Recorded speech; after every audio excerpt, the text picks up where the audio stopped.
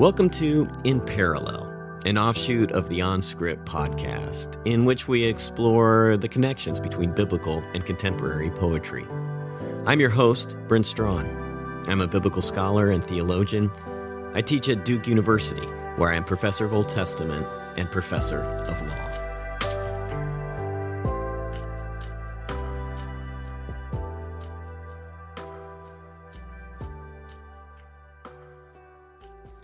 Alas, I cannot claim to be a poet. Well, not a published one at any rate. Instead, I'm what would have been called in older days a poetaster, a term for someone who dabbles in poetry, which is true enough in my case. According to Louis Turco, a poetaster is a term used of one who writes in verse but is incapable of rising to the level of the artist. Yeah, if I'm being honest, that hurts a bit, but sadly, it is also probably true. But with your permission, maybe poetaster can be defined a bit more positively for present purposes. Let it refer here, or at least in my case, to someone who appreciates and loves the art of poetry. And that is most definitely true in my case. I've enjoyed poetry for as long as I can remember, though I cannot now fully describe or recall why. Perhaps it was the elegance of poetic lineation on the printed page, where the lines of poetry stood out so distinctively, so deceptively simply from the otherwise indistinguishable forest of prose in the poetry-riddled works of writers like J.R.R. Tolkien and other fantasy authors that I read as a kid. That, at least, is one inchoate memory, or perhaps better, poetic image, that sticks in my mind from those early days.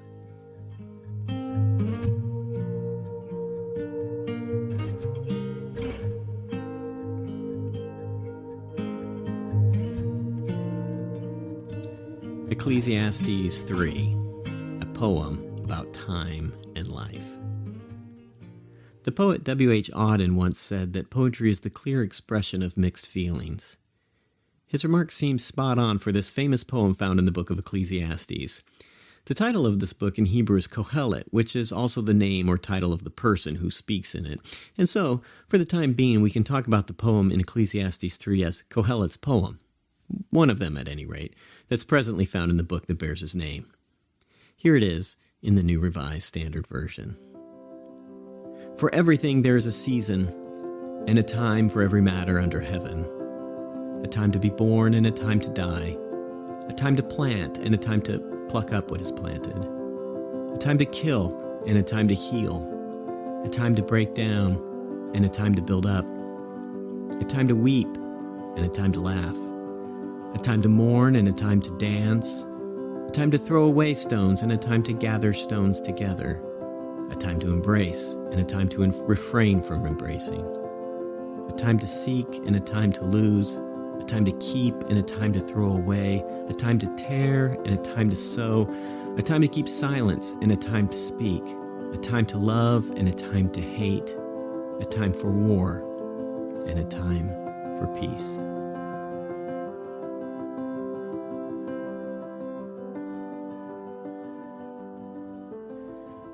Relatively speaking, this is a popular piece of biblical poetry and is often found used in funeral services.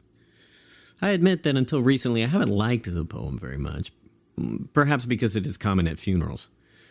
But Auden's definition of poetry has helped me come back to Kohelet's poem with fresh eyes, or maybe it's fresh ears.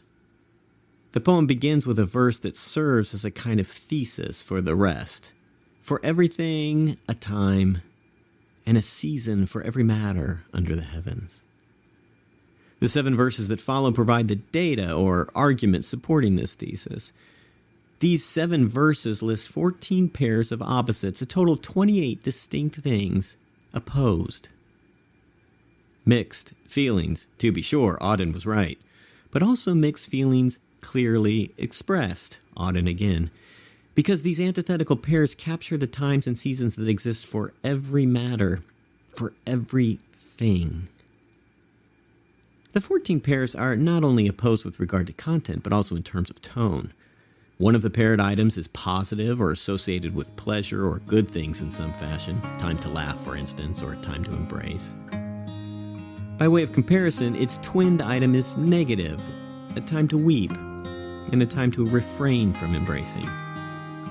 The presence of these less pleasant twins makes the popularity of the poem curious, especially at funerals. There's a time to be born and a time to die, we might say, and evidently it was Joe's time. Ashes to ashes and dust to dust, and all the rest.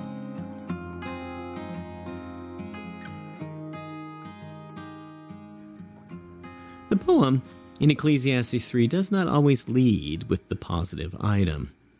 It does that in the first two pairs, which begin with a time to be born and a time to plant, but the next 5 pairs lead with the negative pole, a time to kill, break down, weep, mourn, and throw away stones, though the precise meaning of the latter and its twin, a time to gather stones, remains unclear. It may have to do with the acquisition of wealth, believe it or not, or maybe another leading interpretation is that the pair has something to do with sex. After this, we get some more positive first pairs, a time to embrace, seek, keep, only to be followed by 2 pairs that appear somewhat ambivalent, a time to tear and time to sow, a time to keep silence, and a time to speak. The poem then finishes with a positive first pair, a time to love, followed by a negative first pair, a time for war. If this varied pattern, positive, negative, positive, etc., is meant to be significant in some way, I admit that it eludes me. But maybe elusiveness is part of the point. This poem about time and life is, on the one hand, far from elusive. It is tightly structured, comprehensive, apparently all-inclusive. It is a poem about everything, after all, and about every matter under heaven.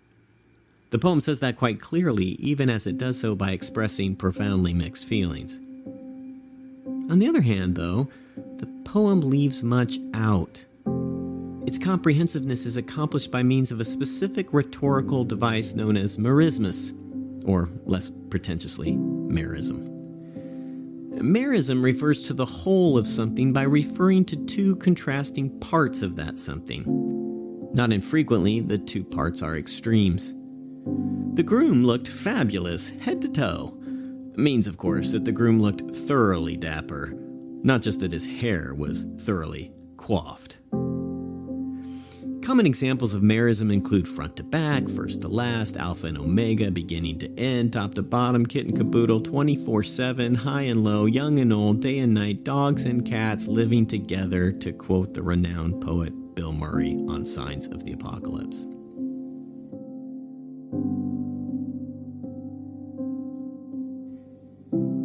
Now, merism is effective at capturing a totality, but at the same time it is inescapably reductive.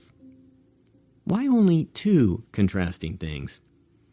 And why these 2 things as opposed to others? Even as it captures the whole, merism, it seems, leaves many things out. So too, Ecclesiastes 3, this curiously famous poem about time and life.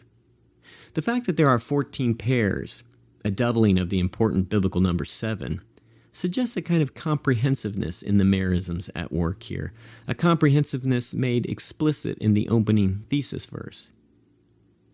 But the poem nevertheless leaves things out, things in between being born and dying. The time to live, for instance, or to be bored, perhaps. There are things left out between planting and plucking up, a time to water, tend, prune, and between silence and speaking, a time to contemplate, for instance, and consider.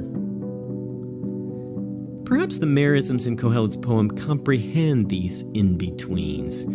Surely they do. That is part of how merism works, after all. But these in-betweens also indicate more could be said, or that it could be said differently.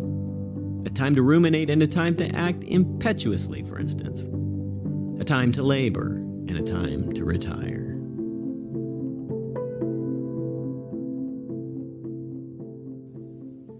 And what can be said about Ecclesiastes 3 can be said more broadly about poetry, perhaps. Poetry is a very small thing when you stop and think about it. But it is a small thing that can hold just about everything, whether the poem employs a merism or not. So if there is, according to Kohelet, a season for everything, perhaps there is a poem for everything too. Ecclesiastes 3, it seems, wants to be exactly that, with its twice perfect list of merisms. If that is right, then the popularity of the poem isn't so curious after all, and it seems perfectly suitable for a funeral, but also for any other time. Indeed, for every other time in life, and for all of our lives lived out within time. One final observation. Some biblical scholars think that Kohelet's own evaluation of this poem comes in verses 9 and following. That's where we read that God has made everything suitable, or perhaps beautiful, in its time, but where we also learn that God has made it so human beings cannot figure out what God has done from the beginning to the end. Another merism. That, however, is a topic for another time. That, perhaps, is another poem. Here again, then, is Ecclesiastes 3, 1 through 8, this time from the Common English Bible. There's a season for everything, and a time for every matter under the heavens. A time for giving birth and a time for dying. A time for planting and a time for uprooting what was planted. A time for killing and a time for healing. A time for tearing down and a time for building up. A time for crying and a time for laughing. A time for mourning and a time for dancing. A time for throwing stones and a time for gathering stones. A time for embracing and a time for avoiding embraces. A time for searching and a time for losing. A time for keeping and a time for throwing away. A time for tearing and a time for repairing. A time for keeping silent and a time for speaking. A time for loving and a time for hating. A time for war and a time for peace.